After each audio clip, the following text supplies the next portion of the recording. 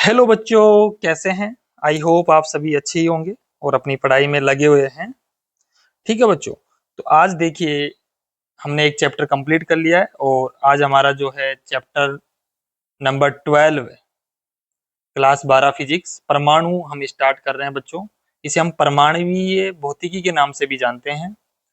और जनरली बच्चों ये चैप्टर भी ज़्यादा बड़ा नहीं है, थ्योरेटिकल है, थोड़ा सा इसमें कैलकुलेशंस आएंगी, थोड़े डेरिवेशंस भी हैं।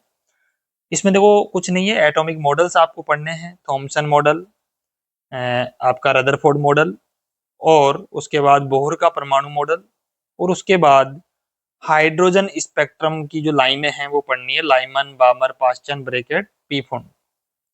तो इस प्रकार से हमारा ये चैप्टर बच्चों कंप्लीट होता है ना। तो मॉडल्स ही हैं, ज्यादा और कुछ नहीं, इसमें बहुत ही इजी चैप्टर है। दूसरी बात बच्चों, आपको रिवीजन करते रहना है पिछले चैप्टर्स का। और ऐसा नहीं कि आगे से आगे बढ़ते जा रहे हो और पीछे वाले को भूल रहे हो, ऐसा नहीं है। उनको भी बाउंड करते रहे, आप साथ साथ पढ़ते रहे, क्योंकि जितना ज्यादा रिवीजन करेंगे ना उतना आपकी कंसेप्ट की क्लैरिटी बढ़ती जाएगी। ओके। और बच्चों हमारा सबसे पहला इसी के अंदर जो आप हेडिंग देख रहे हो थंबनेल के ऊपर, एटम, परमाणु। तो बच्चों क्या राय है आपकी परमाणु के बारे में। हम सब परमाणु से मिलके बने हैं। We are group of atom. हम सब एटम से ही मिलके बने हैं और हम एटम की ही स्टडी करने जा रहे हैं। देखिए कितना खूबसूरत चीज है। देख रहे हो साइंस, यानी हम खुद एटम से बने हैं और हम एटम की स्टडी कर रहे हैं। We are group of atom. ठीक है। तो सबसे पहले हम एटम के बारे में जानेंगे, उसके बाद आज का जो हमारा रहेगा जे जे थॉमसन मॉडल, उसके बाद हम थोड़ा एल्फा स्कैटरिंग एक्सपेरिमेंट को भी पढ़ेंगे बच्चों। ठीक है, यानी इसको लगभग पूरा कर लेंगे अल्फा स्कैटरिंग एक्सपेरिमेंट को भी। फिर इसके कुछ कंक्लूजन है, कुछ निष्कर्ष हमारे बाकी रह जाएंगे, वो अगले लेक्चर में देखेंगे। ठीक है, तो चलिए स्टार्ट करते हैं। तो बच्चों आज हमारा चैप्टर है परमाणु, एटम। इसको हम परमाणविक भौतिकी भी बोलते हैं बच्चों। ठीक है, तो देखिए सबसे पहले हम आपको बताते हैं कि पदार्थ जो होता है उसकी सबसे छोटी इकाई परमाणु होता है बच्चों। सबसे छोटी से छोटी जो इकाई है बच्चों उसे हम परमाणु बोलते हैं। परमाणु को इंग्लिश में एटम बोला जाता है। अब इस एटम के जो ए वर्ड है, ये वाला जो स्पेलिंग में ए जो आ रहा है हमारे पास, इस ए का मतलब है बच्चों नॉट। और टॉम, टीओएम, टॉम का मतलब है डिविजिबल, है ना। एटम जो वर्ड मिला है, बना है, वो ए और टॉम से मिलके बना है। ए का मतलब यहाँ पे नोट है और टॉम का मतलब डिविजिबल। इसका मतलब दोनों को जब मिलाओगे तो इसका मतलब हो जाएगा नोट डिविजिबल। इसका मतलब आप इसको डिवाइड नहीं कर सकते आगे। यही तो पढ़ते हो आप, केमिस्ट्री में पढ़ते हो ये तो, कि पदार्थ की वह सूक्ष्मतम इकाई जिसे और अधिक विभाजित नहीं किया जा सकता उसे परमाणु कहते हैं। आपने ये भी पढ़ा होगा कि परमाणु रासायनिक अभिक्रियाओं में भाग लेते हैं। सही बात है।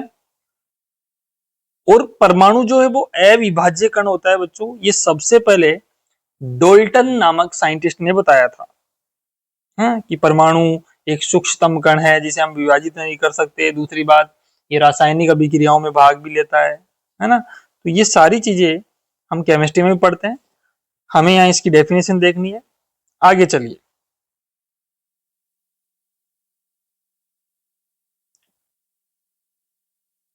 परमाणु, देखिए परमाणु में जनरली हम सभी जानते हैं इलेक्ट्रॉन होते हैं, प्रोटॉन होते हैं और न्यूट्रॉन होते हैं। ये तीन कंपोनेंट हमारे परमाणु के अंदर होते हैं। तो हम एक्चुअली करना क्या चाह रहे हैं कि परमाणु के अंदर इन कणों की स्थिति, स्थान जानने के लिए कुछ मॉडल प्रस्तुत किए गए। बच्चों इंसान की ये चेष्टा हुई, साइंस में आप जानते हैं कि साइंटिस्टों की ये चेष्टा हुई कि इस एटम के अंदर आखिर है क्या क्या। तो उन्होंने इस एटम का पोस्टमार्टम करना स्टार्ट कर दिया और उन्होंने कुछ मॉडल्स दिए, अर्थात परमाणु की संरचना का अध्ययन करने के लिए कुछ वैज्ञानिकों ने अपने अपने मॉडल दिए कि वो अपने अपने मॉडल से जानना चाह रहे हैं कि एक्चुअल में एटम का अंदर का स्ट्रक्चर कैसा है, अंदर की संरचना कैसी है, इलेक्ट्रॉन प्रोटॉन न्यूट्रॉन की पोजीशन कहां कहां पर है, ये वो चेक करना चाह रहे थे। इसलिए हमें ये मॉडल्स पढ़ने पड़ रहे हैं बच्चों। तो हमारा अगला हेडिंग यही है, परमाणु संरचना को समझने के लिए निम्नलिखित मॉडल दिए गए। सबसे पहला मॉडल जे जे टॉमसन या थॉमसन भी बोलते हैं बच्चों इसको, का परमाणु मॉडल। बच्चों इसी को दूसरे नाम से भी जानते हैं, प्लम पुडिंग मॉडल। बच्चों ये एक मिठाई होती है ना, ये एक विदेशी मिठाई है प्लम पुडिंग, इसके नाम पर इन्होंने अपने मॉडल की कंपैरिजन किया है।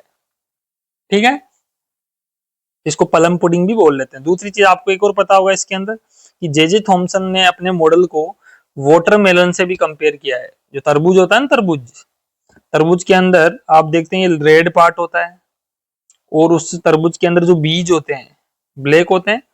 तो जो बीज है उनको तो उन्होंने मान लिया नेगेटिव चार्ज इलेक्ट्रॉन्स, और जो ये रेड वाला पार्ट दिख रहा है इसको उन्होंने पॉजिटिव चार्ज माना, यानी पॉजिटिव स्फीयर मान लिया, धनावेशित गोला मान लिया। और ये जो संपूर्ण आपको दिख रहा है ये एक परमाणु है, और इस परमाणु की त्रिज्या उन्होंने मानी बच्चों 10 की पावर -10 मीटर, या 1 एंगस्ट्रॉम भी बोल सकते हैं आप, एंगस्ट्रॉम। तो देखिए ऐसे कैसे आपको एग्जाम में लिखना है, परमाणु एक 10 की पावर -10 मीटर त्रिज्या का एक धनावेशित गोला था। आप यहाँ पर एक वर्ड जोड़ ले बच्चों, धनावेशित ठोस गोला, है ना, यहाँ पर आप लिख देना ठोस गोला। ये अंदर से खोखला नहीं है, ठोस गोला है ना, भरा हुआ है अंदर से। तरबूज खोखला थोड़ी होता है अंदर से, उसमें रेड पार्ट जिसे हम खाते हैं वो भरा रहता है अंदर। उसी प्रकार का एक गोला है जिसमें धनावेश व ऋणावेश समान मात्रा में संपूर्ण गोले के आयतन में वितरित थे। थॉमसन के अनुसार परमाणु में कुल धनावेश और कुल ऋणावेश आपस में बराबर है, अकॉर्डिंग टू थॉमसन। अतः जब धनावेश और ऋणावेश बराबर है तो कुल आवेश कितना हो जाएगा। सपोज करो इसमें प्लस का 10 कूलाम है और माइनस का भी 10 कूलाम है, बराबर बताया ना, तो जब दोनों को ऐड करोगे +10 और -10 तो कट जाएंगे, 0 हो जाएगा ना। इसलिए कुल आवेश हमेशा परमाणु पे कितना होता है बच्चों, 0 होता है। इसका अर्थ यह है कि परमाणु उदासीन होता है, और ये बात बच्चों आज भी सत्य है। थॉमसन जी की ये बात आज भी ट्रू है कि हम जानते हैं अगर एक परमाणु सामान्य अवस्था में है तो वो हमेशा क्या रहेगा, उदासीन ही रहेगा। और उदासीन परमाणु में इलेक्ट्रॉनों की संख्या प्रोटॉनों की संख्या के बराबर होती है। आई होप आपको अच्छे से समझ में आ रहा होगा। ठीक है, चले आगे। अब देखिए बच्चों इस मॉडल की कमियां क्या क्या रही, आखिर हमने इस मॉडल को नकार क्यों दिया। तो न्यूट्रॉन की खोज के बाद ये अपने मॉडल में न्यूट्रॉन की स्थिति को नहीं समझा पाए, पहली बात। यानी थॉमसन साहब ने अपने मॉडल में न्यूट्रॉन की जगह बताई ही नहीं कि मैं न्यूट्रॉन को कहां रखूं, यानी वो समझाने में विफल रहे। दूसरी बात, ये मॉडल हाइड्रोजन परमाणु की स्पेक्ट्रम श्रेणी को नहीं समझा पाया। जो आप पढ़ते हो ना हाइड्रोजन परमाणु की स्पेक्ट्रम श्रेणियां, जो लाइमन बामर पास्चन ब्रैकेट फूंड है ना, ये वाली श्रेणियों को ये समझा नहीं पाया। यानी एक्चुअल में हाइड्रोजन की जो हाइपर फाइन या फाइन स्ट्रक्चर्स हैं उनको नहीं समझा पाया, स्पेक्ट्रम श्रेणी को नहीं समझा पा रहा था। बस इतना ध्यान रखना है। यह अल्फा कण प्रकीर्णन प्रयोग को भी नहीं समझा पाया। अल्फा कण प्रकीर्णन प्रयोग बच्चों भी अपन आगे पढ़ेंगे, हमारे सिलेबस में है। तो ये जो मॉडल था वो इस प्रयोग को भी नहीं समझा पा रहा था। एक्चुअल में अभी आपको आगे समझ में आएगा क्यों नहीं समझा पा रहा था। क्योंकि थॉमसन ने क्या करा, थॉमसन ने पॉजिटिव और नेगेटिव चार्ज को बराबर मात्रा में फैला हुआ मान लिया कि सारे हर जगह परमाणु में पॉजिटिव चार्ज होता है और हर जगह ही क्या होता है, नेगेटिव होता है, दोनों बराबर चारों पूरे आयतन में फैले हुए रहते हैं ऐसे। बट एक्चुअल में रदरफोर्ड के अनुसार पॉजिटिव चार्ज तो इस छोटी सी जगह में होता है। यहाँ पर रदरफोर्ड ये कहते हैं कि परमाणु में सभी जगह पॉजिटिव चार्ज नहीं होता है, ओनली केंद्र पर होता है, जिसे नाभिक कहते हैं। वो छोटे पार्ट में रखा हुआ रहता है पॉजिटिव चार्ज, है ना। अभी आगे बातें समझ में आएगी, छोड़िए आप अभी, है ना। चलिए बच्चों, अब हम स्टार्ट करते हैं अल्फा प्रकीर्णन प्रयोग। That is very very important बच्चों, है ना। थॉमसन मॉडल इतना इंपॉर्टेंट नहीं है आपके लिए, पहले बता रहा हूं मैं, लेकिन अल्फा प्रकीर्णन प्रयोग से बच्चों हर बार 1 मार्क्स में भी क्वेश्चन आता है ना, और 2 मार्क्स में भी आता है, बड़ा क्वेश्चन भी आ सकता है, ऐसी कोई बात नहीं। अल्फा प्रकीर्णन प्रयोग, अल्फा स्कैटरिंग एक्सपेरिमेंट, सन 1911 में यह प्रयोग हैंस गाइगर व अर्नेस्ट मार्सडन, हैंस गाइगर और अर्नेस्ट मार्सडन ने रदरफोर्ड के मार्गदर्शन में किया। बच्चों, रदरफोर्ड के दोनों स्टूडेंट थे, कौन कौन, हैंस गाइगर और अर्नेस्ट मार्सडन। तो ये अपने गुरु के मार्गदर्शन में क्या कर रहे हैं, अल्फा प्रकीर्णन प्रयोग को कर रहे हैं। अब बच्चों क्या प्रायोगिक व्यवस्था रही इस प्रयोग की, वो देख लीजिए। ये डायग्राम आपको ऐसे कैसे एग्जाम में बना के आना है बच्चों, आ सकता है 1 मार्क्स में, कि अल्फा प्रकीर्णन प्रयोग का नामांकित चित्र बनाइए। तो मैं आपको समझा देता हूं इसमें क्या क्या सिस्टम हमारे पास है, क्या क्या लगे हुए चीजें हैं, सारी बता देता हूँ। इसको आपको नामांकित चित्र बनाना है। इसमें देखो बच्चों, एक तो ये लेड की बनी हुई एक बॉक्स है, भट्टी कहते हैं इसको, लेड की भट्टी, है ना, लेड की भट्टी है ये। और इस भट्टी के अंदर हमने ये रेडियो एक्टिव पदार्थ रखा है यहाँ पर। और अभी इस बार आरबीसी में क्वेश्चन आया यही कि रेडियो एक्टिव पदार्थ जो भट्टी में रखा था अल्फा प्रकीर्णन प्रयोग में, वो कौन सा था। ऑप्शन में आया था बिस्मित, और भी कुछ ऑप्शंस थे, तो इसमें आपका बिस्मित हो जाएगा। बिस्मित का परमाणु क्रमांक 83 और परमाणु भार 214। ये आपको लर्न रखना है, इस बार आरबीएससी 2026 में आ चुका है बच्चों। अब तुम कहते हो ना क्वेश्चन कहां से आते हैं, ऐसे क्वेश्चन बनाता है एग्जामिनर, है ना। तो इस बार देखो इसी डायग्राम से और भी क्वेश्चन आ सकते हैं, इसलिए वेरी वेरी इंपॉर्टेंट है बच्चों ये डायग्राम हमारे लिए, क्योंकि एग्जामिनर इस डायग्राम के थ्रू क्वेश्चंस पूछ रहा है हमसे। अब देखो लेड बॉक्स है, इस भट्टी के अंदर इस बिस्मित को गर्म करते हैं बच्चों। यहाँ पर क्या करते हैं, गर्म करते हैं, तो इससे अल्फा किरणें निकलती है। इस भट्टी से, इस बिस्मित से क्या निकलती है, अल्फा किरणें। रेडियो एक्टिव पदार्थ का मतलब है बच्चों जिसका विघटन होता है, जिसका क्षय होता रहता है। यानी ये जब गर्म होगा तो ये विघटित होगा, और विघटित होगा तो टूटेगा, ये टूटेगा तो अल्फा किरणें बाहर निकालेगा। अब ये अल्फा किरणें यहाँ से बहुत सारी निकलेगी ऐसे पुंज के रूप में। अब हम चाहते हैं कि इसकी एक पतली बीम बनाए, तो बीम बनाने के लिए हमें एक स्लिट लगानी पड़ेगी। यहाँ क्या लगानी पड़ेगी, एक स्लिट, एक पतले छिद्र से गुजारूंगा तो एक पतली बीम बन जाएगी। और ये बीम कहाँ जाएगी बच्चों, आगे जाएगी। और बच्चों रदरफोर्ड के जो स्टूडेंट थे, उन्होंने ये प्रयोग जो किया था बच्चों, सोने की पन्नी पे किया था। अब देखो बच्चों, सोने की धातु उन्होंने क्यों ली, क्योंकि सोने को हम पतली से पतली चादर बना सकते हैं, है ना। इसकी जो आघात वर्धनीयता है, या जो इसकी जो पतले होने की चेष्टा है, वो बहुत ज्यादा है ना। यानी कि आप सोने को बहुत पतला बना सकते हैं, यानी इसलिए जितना ज्यादा पतला बनाओगे उतना यहाँ पर एटॉमिक स्ट्रक्चर या परमाणु की जो संरचना वो आसानी से देखी जा सकती है, ठीक है ना।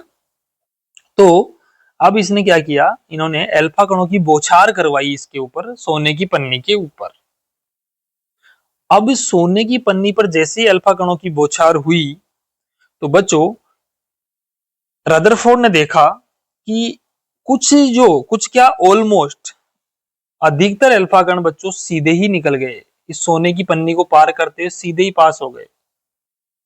और सीधे कहां चले गए, ये एक जिंक सल्फाइड का एक पर्दा है बच्चों, इस पर्दे पर आके टकराने लग गए। जिंक सल्फाइड, यही पूछ सकता है एग्जाम में कि जो रदरफोर्ड एक्सपेरिमेंट अल्फा प्रकीर्णन प्रयोग में जो पर्दा होता है उस पर किसका लेपन चढ़ाया हुआ होता है, तो बता के आना, JNS, जिंक सल्फाइड का पर्दा होता है। जिंक सल्फाइड का क्यों बनाते हैं बच्चों? क्योंकि यहाँ पर जैसे अल्फा कण टकराएगा इससे तो एक स्फुरलिंग होगी, यहाँ पर एक फ्लैश उत्पन्न होगा, फ्लैश चमक आएगी यहाँ पर, और जैसे ही चमक आएगी तो हमें पता लग जाएगा यहाँ पे अल्फा कण आया है। ठीक है, और अल्फा कण को डिटेक्ट कौन करेगा, उसको चेक कौन करेगा ये आया है कि नहीं, इसके लिए एक संसूचक लगा रखा है हमने सूक्ष्मदर्शी यहाँ पर, ये गति करता है इसके ऊपर चारों तरफ, ये जो है ना ये वाला, ये चारों तरफ ऐसे घूमता रहता है, तो आप डिटेक्ट कर सकते हो, देख सकते हो इसके ऊपर कि कहां पर अल्फा कण है इस सूक्ष्मदर्शी से। ऐसा तो दिखेगा नहीं सूक्ष्म आपका अल्फा कण, तो आपको क्या करना होगा, सूक्ष्मदर्शी लगा के देखना पड़ेगा।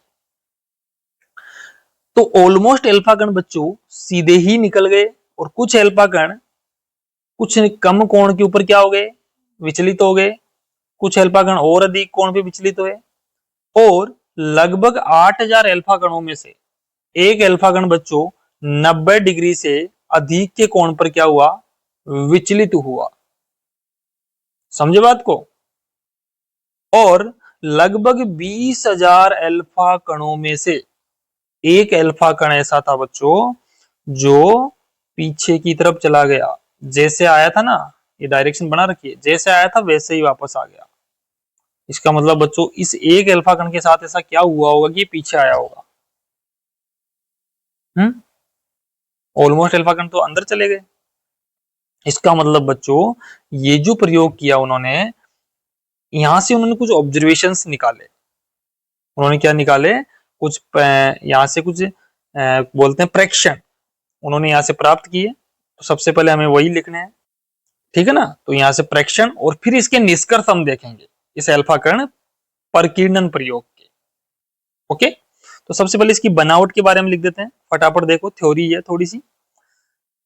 इस प्रयोग में रेडियो एक्टिव पदार्थ 214 बिस्मित को लेड भट्टी में रखकर अल्फा कणों का स्रोत प्राप्त किया जाता है। इस भट्टी से अल्फा कणों का पुंज प्राप्त किया जाता है। भट्टी से प्राप्त अल्फा किरण पुंज को एक लेड स्लिट से गुजारकर 5.5 मेगा इलेक्ट्रॉन वोल्ट ऊर्जा वाली पतली किरण पुंज प्राप्त की जाती है ना। ये भी पूछ सकते हैं आपसे कितनी अल्फा कण की जो ऊर्जा है वो कितनी होती है, क्वेश्चन आ सकता है बोर्ड में। 5.5 के आसपास होती है बच्चों। इस अल्फा किरण पुंज को पतली सोने की पन्नी, अभी सोने की पन्नी की जो मोटाई है वो भी आपसे पूछ सकते हैं, 2.1 इंटू 10⁻⁷ मीटर, बहुत पतली है ये। 10⁻⁷ का मतलब बहुत छोटा वैल्यू है, पर आपतित करवाया जाता है। यह आपतित अल्फा कण अलग अलग कोणों पर प्रकीर्णित हो जाते हैं, और यह प्रकीर्णित अल्फा कण जिंक सल्फाइड के पर्दे से टकराकर फ्लैश उत्पन्न करते हैं। फ्लैश जानते हैं, जैसे मोबाइल में फ्लैश होता है, चमक जो अपने पीछे बैकलाइट होती है मोबाइल में, वैसा फ्लैश उत्पन्न होता है यहाँ पर। इन प्रकीर्णित अल्फा कणों की स्थिति और उपस्थिति गतिशील संसूचक द्वारा पता लगाई जाती है। ओके, तो बच्चों ये एक अल्फा कण प्रकीर्णन प्रयोग था। इसका मैं आपको एक एनिमेशन दिखाता हूं, उसके बाद आपको और अच्छे से समझ में आ जाएगी। तो एक बार बने रहिएगा आप लेक्चर में। देखिए बच्चों, हमारे पास ये एनिमेशन है रदरफोर्ड अल्फा स्कैटरिंग एक्सपेरिमेंट। इसमें देखो बच्चों, सबसे पहले हम सारे कंपोनेंट्स की बात करते हैं कि क्या क्या इसमें यूज किया गया। ये पूरा सेटअप आप देख ही रहे हो, एक एक की बात कर लेते हैं। ओके, तो देखिए सबसे पहले ये हमारे पास वो रेडियो एक्टिव एलिमेंट है, वो अल्फा कणों का स्रोत है जिसको लेड के बॉक्स में रखा गया है। अंदर जो बॉल सी दिख रही ना, ये है वो बिस्मित बच्चों, जहां से अल्फा कण निकल रहे हैं। अल्फा कण क्या होता है बच्चों, ये एक हीलियम का परमाणु होता है, और इस हीलियम के परमाणु में 2 प्रोटॉन और 2 न्यूट्रॉन होते हैं। और इस अल्फा कण का जो द्रव्यमान है वो इलेक्ट्रॉन के द्रव्यमान का 4 गुना, और इस पे जो आवेश है वो इलेक्ट्रॉन के आवेश का 2 गुना होता है। ठीक है, ये हमारे पास एक सोने की पन्नी यूज की गई थी बच्चों, जिसकी मोटाई मैंने आपको बताई थी 2.1 इंटू 10⁻⁷ या 210 नैनोमीटर भी आप बोल सकते हो। ये जिंक सल्फाइड का बच्चों पर्दा है, स्क्रीन, जिसके ऊपर हम डिटेक्ट करेंगे पार्टिकल की प्रेजेंस को, देखेंगे कि पार्टिकल यहाँ आया है कि नहीं आया। ये वो स्लिट है जिसे हम पतली बीम बनाएंगे बच्चों इन अल्फा कणों की, और इस सोने की पन्नी पे बौछार करवाएंगे। देखो ऐसे पतली बीम जाएगी ऐसे, है ना, लेजर लाइट के रूप में। तभी तो वो वहां पे उस पे ऊपर क्या करेगी, टारगेट करेगी ना। अब हमारा एक्सपेरिमेंट स्टार्ट होता है। देखिएगा कैसे अल्फा कण विचलित होते हैं और कैसे कैसे अधिकतर अल्फा कण सीधे ही निकल जाते हैं सोने की पन्नी को पार करते हुए। देखिएगा अधिकतर अल्फा कण बच्चों सीधे ही निकल रहे हैं, और कुछ अल्फा कण छोटे छोटे कोण बनाते हुए विचलित हो रहे हैं छोटे कोणों से, और कुछ अल्फा कण देखो साइडों में भी जा रहे हैं, जो 90 डिग्री से अधिक के कोण पे भी जा रहे हैं। देखो कुछ पीछे की तरफ उधर भी जा रहे हैं ना। और देखो ये चमचमाट हो रही है पर्दे के ऊपर, स्क्रीन के ऊपर।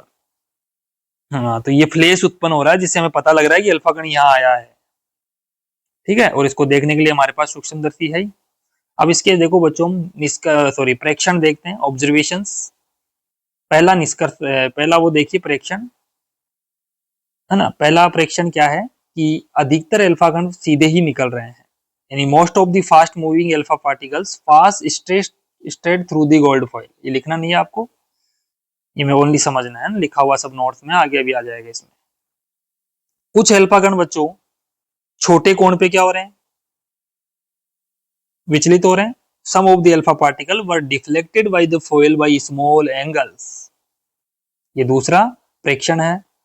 और तीसरा प्रेक्षण है बच्चों, लगभग 12,000 बताते हैं कुछ बुक्स में, कुछ में 20,000। आपको 20,000 मानना है, तो लगभग 20,000 में से एक अल्फा कण बच्चों पीछे की तरफ लौट रहा है। देखो लौटा ना, ये पीछे की तरफ आया एक, ये देखो पीछे की तरफ आ गया, यानी ये टकरा के आ रहा है। इसका मतलब रदरफोर्ड ने यहाँ से आइडिया लगाया था कि सेंटर में परमाणु के कोई ना कोई एक भारी चीज रखी हुई है जिसपे पॉजिटिव चार्ज है, जिससे अल्फा कण क्या हुआ बच्चों, पीछे की तरफ परिकीर्णित हो गया, पीछे की तरफ टक्कर लगा, इसके टक्कर हुई इससे और पीछे की तरफ आ गया।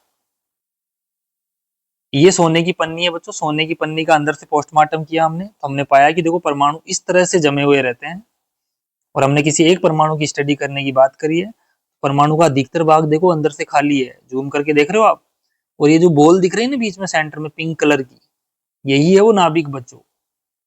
यानी रदरफोर्ड ने कहा कि परमाणु का सारा द्रव्यमान केंद्र पे केंद्रित होता है, जिसे नाभिक कहा गया, और इसका घनत्व बहुत ज्यादा होता है बच्चों। और जो पॉजिटिव चार्ज है सारा का सारा वो यहीं पर है, जिसको उन्होंने नाभिक नाम दिया बच्चों। ठीक है, तो इस प्रकार से ये हमारे रदरफोर्ड का अल्फा प्रकीर्णन प्रयोग का एक एनिमेशन मैंने आपको दिखाया। आई होप आपको समझ में आया होगा। सारा का सारा आयतन बच्चों यहीं पर है। चलिए अब हम चलते हैं हमारे थ्योरी नोट्स की तरफ। एनिमेशन देखा बच्चों, अब देखिए तो ये थ्योरी आपको ऐसे कैसे लिखनी है। अब हमारे पास प्रेक्षण क्या क्या है वो देखिए। अधिकांश अल्फा कण, एक मिनट, अधिकांश अल्फा कण बिना विचलित हुए सीधे ही निकल जाते हैं बच्चों। ऐसा आपने देखा, ऐसा क्यों हो रहा था, ये अभी हम निष्कर्ष लिखेंगे फिर। ये तो कुछ अल्फा कण छोटे कोणों के साथ प्रकीर्णित हो गए बच्चों, है ना। अधिकांश तो सीधे निकल गए थे परमाणु में से, और कुछ ऐसे छोटे कोणों के साथ, यहां से एंगल बना रहे थीटा मान लीजिए, उस छोटे कोणों से क्या हो गए, वो प्रकीर्णित हो गए। 8,000 अल्फा कणों में से कम एक अल्फा कण का प्रकीर्णन 90 डिग्री से अधिक के कोण पर होता है। ये पूछ सकता है एग्जामिनर आपसे। और लगभग 20,000 अल्फा कणों में से कम एक अल्फा कण का प्रकीर्णन 180 डिग्री के कोण पर होता है बच्चों। ऐसा रदरफोर्ड ने अपने प्रेक्षण जो प्रयोग किया उसके प्रेक्षणों में देखा। इन्होंने प्रेक्षण लिखे, ठीक है ना। तो बच्चों अब देखिए निष्कर्ष क्या निकले। परमाणु का बच्चों अधिकांश भाग खाली है, यानी पहला हमने लिखा था अल्फा कण बिना विचलित हुए सीधे निकल जा रहे हैं। ऐसा क्यों हो रहा है, इसी के करस्पॉन्डिंग पहला निष्कर्ष हमने लिखा है कि ऐसा इसलिए हो रहा है कि परमाणु का अधिकांश भाग खाली है। भैया खाली है तो भी सीधे निकलोगे और क्या होगा, है ना। आप डेविएट थोड़ी होंगे, विचलित थोड़ी होंगे। मान लो एक कमरा है और वो पूरा खाली पड़ा है, आपको 50 व्यक्ति बाहर खड़े हैं, तो भैया स्टार्टिंग में क्या हो गया, व्यक्ति फटाफट जाएंगे कमरे में सीधा, वो किधर विचलित ही नहीं होंगे। लेकिन जब कमरा भर जाएगा, जब तुम एक दूसरे से टक्कर करोगे, अपनी अपनी जगह सेट करोगे, तो विचलित होते जाओगे, ठूस ठूस के भर दिए जाओगे उस कमरे में। समझे बात को? तो अधिकांश भाग अगर परमाणु का खाली है तो सारे अल्फा कण सीधे ही निकल जाएंगे लगभग लगभग। और दूसरा जो हमने लिखा, कुछ अल्फा कण छोटे कोणों के साथ प्रकीर्णित हो गए। समझे? यानी जो अल्फा कण नाभिक के पास जा रहे थे, बीच में जा रहे थे, वहां एक पॉजिटिव चार्ज रखा हुआ है, तो वो उनको क्या कर रहा था? रिपेल कर रहा था। तो परमाणु के केंद्र पर अति सूक्ष्म क्षेत्र में, इसका निष्कर्ष दिया है इन्होंने कि अति सूक्ष्म क्षेत्र में संपूर्ण धनावेश व लगभग संपूर्ण द्रव्यमान केंद्रित होता है, जिसे नाभिक कहा जाता है। जबकि जे थॉमसन क्या कह रहे थे कि पॉजिटिव चार्ज सभी जगह पर है, परमाणु में ऐसा नहीं होता है। इसलिए उनका परमाणु मॉडल रिजेक्ट हो गया था, क्योंकि वो अल्फा प्रकीर्णन प्रयोग को नहीं समझा पाए। अल्फा कणों का पथ परवलयाकार होता है बच्चों। यानी अल्फा कणों का जो पथ है वो परवलयाकार। ये क्वेश्चन आ सकता है एग्जाम में, ध्यान रखना। ठीक है। अब देखो बच्चों, एक 20,000 में से एक अल्फा कण पीछे आ रहा था, ऐसा क्यों हुआ होगा? तो रदरफोर्ड ने यहां से आइडिया लगाया कि यार एक अल्फा कण बैकवर्ड कैसे आ रहा है। तो उन्होंने सोचा कि जरूर कोई ना कोई ऐसा पार्टिकल है, ऐसा कण है, यानी जो एक अल्फा कण पीछे जा रहा था। इससे उन्होंने आइडिया लगाया कि जरूर कोई ना कोई बीच में कोई ना कोई बैठा है भैया, वो उनको वापस धक्का दे रहा है। ये घटना तो बच्चों एक ऐसी है जैसे कि एक ट्रक और मोटरसाइकिल की भिड़ंत हो रही है, आपस में टक्कर हो रही है। तो बताइए ट्रक और मोटरसाइकिल में कौन जाएगा जब टक्कर होगी? तो ट्रक से अगर मोटरसाइकिल की टक्कर हो रही तो मोटरसाइकिल दूर चली जाएगी वापस पीछे की तरफ। तो रदरफोर्ड ने यहां से आइडिया लगाया कि जरूर इस परमाणु में सेंटर के अंदर ऐसी कोई भारी चीज बैठी हुई है जिसका घनत्व बहुत ज्यादा है और सारा का सारा पॉजिटिव चार्ज यहीं रखा हुआ है, यहां इस बीच में। तब अल्फा कण आया और इससे टकरा के चला गया। क्यों? अल्फा कण पे खुद भी पॉजिटिव चार्ज है। पॉजिटिव पॉजिटिव में क्या होगा? प्रतिकर्षण। तो जो जस्ट इसके सामने आएगा उस पर ज्यादा प्रतिकर्षण लगेगा और वो दूर भाग जाएगा। और जो कुछ अल्फा कण ऐसे जा रहे थे पास से, वो ऐसे डिफ्लेक्ट हो गए, क्योंकि उनके ऊपर प्रतिकर्षण यहाँ पर थोड़ा कम लग रहा था। और जो दूर से निकल रहे थे वो सीधे ही निकल गए। ऐसे आगे समझाऊंगा भी डायग्राम में। समझे बात को? तो ऐसा उन्होंने यहां से निष्कर्ष निकाले। आगे चलिएगा, तो उन्होंने इस बीच वाले पार्ट को क्या कह दिया बच्चों? नाभिक कह दिया। ओके, चलें। अब देखिए बच्चों, अल्फा कणों का पथ तथा संघट प्राचल, ये क्या होता है यहां पर समझिए। अब मैंने कहा कि ऑलमोस्ट अल्फा पार्टिकल, ये परमाणु है, ऑलमोस्ट अल्फा पार्टिकल सीधे निकल रहे हैं। देखो जो दूर है, क्यों? क्योंकि बीच में पॉजिटिव चार्ज है, तो ये दूर है तो इनके ऊपर प्रतिकर्षण बल लगेगा नहीं, ये तो सीधे निकल जाएंगे। लेकिन जो सेंटर के पास से गुजरेंगे बच्चों, उनपे जैसे वो नाभिक के पास आएंगे, नाभिक उनको धक्का दे देगा और वो ऐसे घूम जाएंगे, सीधे निकलने के बजाय। निकलने चाहिए थे ऐसे, लेकिन क्या हुआ? नाभिक ने उनको धक्का दिया और वो ऐसे डेविएट हुए। कुछ अल्फा कण 90 डिग्री से अधिक के कोण पे क्या हो गए? देखो 90 डिग्री से अधिक कोण हो गया ना, ये विचलित हो गए ऐसे। और कुछ एक अल्फा कण पीछे की तरफ चला गया, जो जस्ट सामने ही गया था इसके। इस पीछे वाले कण की जो टक्कर है, इसको बोलते हैं बच्चों बैकवर्ड स्कैटरिंग, पश्च प्रकीर्णन। पश्च प्रकीर्णन बोलते हैं बच्चों इसको। ओके, तो अल्फा कणों का पथ परवलयाकार होता है। ऐसा कैसे बताया हमने? ये परवलयाकार पथ है बच्चों, ये वाला है ना, इसको परवलयाकार बोला है। यह पथ संघट प्राचल बी पर निर्भर करता है। अब बच्चों ये संघट प्राचल क्या होती है, इसको भी समझ लीजिए एक बार। अल्फा कण के प्रारंभिक वेग सदिश की नाभिक की केंद्रीय रेखा से लंबवत दूरी संघट प्राचल कहलाता है। कैसे सचो? डायग्राम में समझ लो। नीचे डायग्राम मैंने नहीं बनाया, ये इसी में समझाऊंगा। देखो कि ये तो है केंद्रीय रेखा, नाभिक की केंद्रीय रेखा कौन सी है? ये वाली, ये केंद्रीय रेखा है, ये वाली देखो, जो नाभिक से गुजरेगी। इससे जो अल्फा कण है उसका प्रारंभिक सदिश, यानी अल्फा कण ऐसे चल रहा था यहां से, तो इस अल्फा कण की प्रारंभिक सदिश यही तो है, ऐसे जाना चाहिए था ये, लेकिन ये तो डेविएट हो गया। तो आपको इसकी इन दोनों के बीच की दूरी देखनी है ये, है ना। ऐसे आप देखोगे इसकी दूरी कुछ अलग है, इन दोनों के बीच की दूरी, इन दोनों के बीच की दूरी अलग है, इन दोनों के बीच की दूरी अलग है। तो ये जो लंबवत दूरी है इनके बीच की, इन्हीं को संघट प्राचल बोलते हैं। समझ में आई बात। और इसको बी से रिप्रेजेंट करेंगे। और बच्चों आप देख पा रहे होंगे ये जो अल्फा कण है जो जस्ट वापस पीछे की तरफ आया है, अर्थात ये 180 का कोण बना रहा है, कैसे गया और वापस इधर ही आ गया। यानी कुछ कण तो ऐसे गए हैं, कुछ कण ऐसे गए हैं, कुछ कण ऐसे है, तो इनका कोण देखो बढ़ता जा रहा है ना ऐसे। तो ये कण तो पीछे की तरफ ही आ गया वापस, यानी इसी लाइन पे गया, इसी पे आ गया, तो वापस कितना कोण बनाया ये 180 डिग्री का। इसका मतलब जो कण 180 का कोण बना रहा है उसकी तो कोई लंबवत दूरी ही नहीं है, यानी वो तो नाभिक वाली रेखा पे ही चल रहा है। और नाभिक वाली रेखा पे चल रहा है तो उसका बी का मान 0। अगर थीटा 180 है तो बी का मान 0। ये क्वेश्चन आ सकता है बोर्ड में। अभी आगे मैंने लिखवा रखा है, कोई टेंशन ना लेना। नोट्स पे बिलीव करो, नोट्स आपके एकदम परफेक्ट है बच्चों, यहां से कोई क्वेश्चन बाहर नहीं जा सकता। संघट प्राचल व प्रकीर्णन कोण में संबंध। बच्चों ये डायरेक्टली याद रखना है, b equal to 1/4 pi epsilon naught zed e square cot theta by 2 1/2 mv square. ये हायर क्लासेज में बच्चों जब कॉलेज लेवल पे जाते हो वहां इसको प्रूव करते हैं। तो b जो है डायरेक्टली प्रोपोर्शनल हो गया बच्चों इसके कोट थीटा बाई 2। क्यों, जेड तो कांस्टेंट है, नाभिक का क्या है परमाणु क्रमांक है परमाणु का, ई क्या है इलेक्ट्रॉन का चार्ज फिक्स होता है, और ये है गतिज ऊर्जा इसकी अल्फा कण की, ये भी हमारी फिक्स है 5.5 के आसपास। ठीक है, तो हमारा जो बी है वो डिपेंड कर रहा है कोट थीटा बाई 2 पे।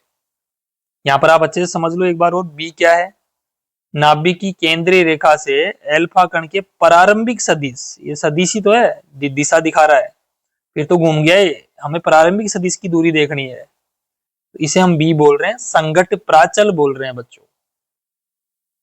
ठीक है, तो यदि थीटा 0 कर दूंगा ना बच्चों मैं इसमें रख के अलग लो, आप बी को आप कोट थीटा के बराबर मान लो, कोट थीटा बाई 2। अगर थीटा 0 करूंगा यहाँ तो बी की वैल्यू लगभग अनंत आएगी, आप रख के देख लो। कोट 0 कितना होता है, इनफाइनाइट होता है क्या। ठीक है, तो इनफाइनाइट यानी बहुत अधिक, थीटा की वैल्यू 0 करने से बी का मान बहुत अधिक है, अनंत का मतलब।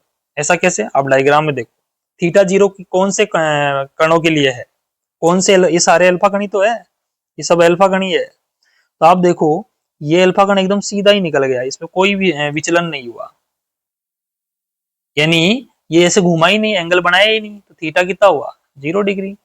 और थीटा जो 0 डिग्री है जिन कणों के लिए, उनकी नाभिक की केंद्रीय रेखा से दूरी भी क्या है, यहां से देख लो चाहे यहां से देख लो, बहुत ज्यादा है, यानी इनके लिए बी का मान बहुत ज्यादा है। जिनके लिए थीटा 0 है उनका बी का मान बहुत ज्यादा है, तो बी का मान अधिक हो गया।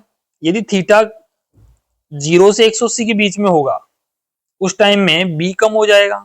कैसे, जो 90 से जा रहे हैं या 90 से अधिक पे जा रहे हैं, 0 से 180 के बीच में तो है, इसके लिए बी का मान कम रहेगा, इससे तो कम ही रहेगा ना।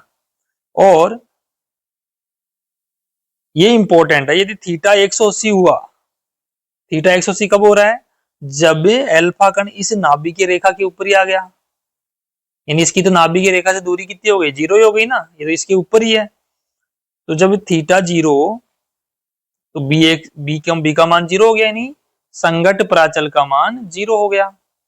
यदि संघट प्राचल बी का मान 0 है तो थीटा कितना होगा 180 होगा, अर्थात अल्फा कण का प्रकीर्णन 180 पर होगा, जिसे पश्च प्रकीर्णन कहते हैं। बच्चों वेरी वेरी इंपॉर्टेंट, याद रखना इसको, बोर्ड में आ सकता है।